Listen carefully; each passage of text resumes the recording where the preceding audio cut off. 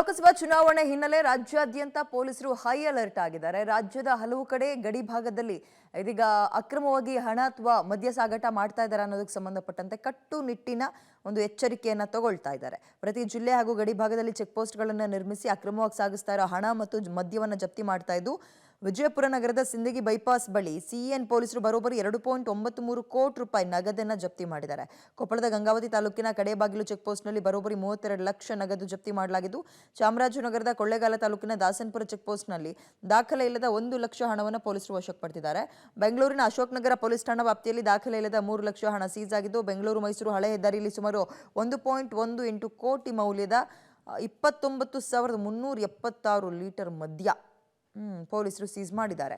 ಕಲಬುರಗಿಯ ಎಡ್ರಾಮಿ ಬಳಿ ಎಸ್ಎಸ್ ಹಿಪ್ಪರಗ ಗ್ರಾಮದ ಬಳಿ ಚೆಕ್ ಪೋಸ್ಟ್ನಲ್ಲಿ ಅಕ್ರಮವಾಗಿ ಸಾಗಿಸ್ತಾ ಇದ್ದ 214 ಲೀಟರ್ ಮದ್ಯ ಹಾಗೂ 117 ಲೀಟರ್ ಬಿಯರ್ ಅನ್ನ ಪೊಲೀಸರು ವಶಕ್ಕೆ ಪಡೆದಿದ್ದಾರೆ.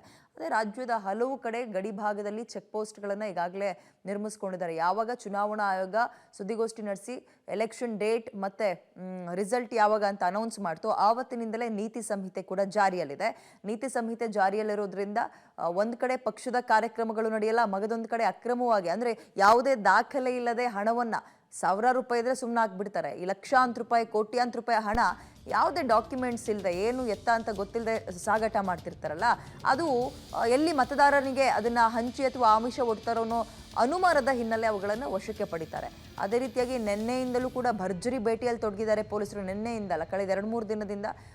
ಇವಾಗ ಸದ್ಯಕ್ಕೆ ನೋಡೋದಾದ್ರೆ ನೋಡಿ, ವಿಜಯಪುರದ ಸಿಂದಗಿ ಬೈಪಾಸ್ ಹತ್ತತ್ರ 3 ಕೋಟಿಗೆ ಒಂದು 7 ಲಕ್ಷ ಕಡಿಮೆ ಅಷ್ಟು ಹಣವನ್ನು ಒಟ್ಟಿಗೆ ಸೀಸ್ ಮಾಡಿದ್ದಾರೆ.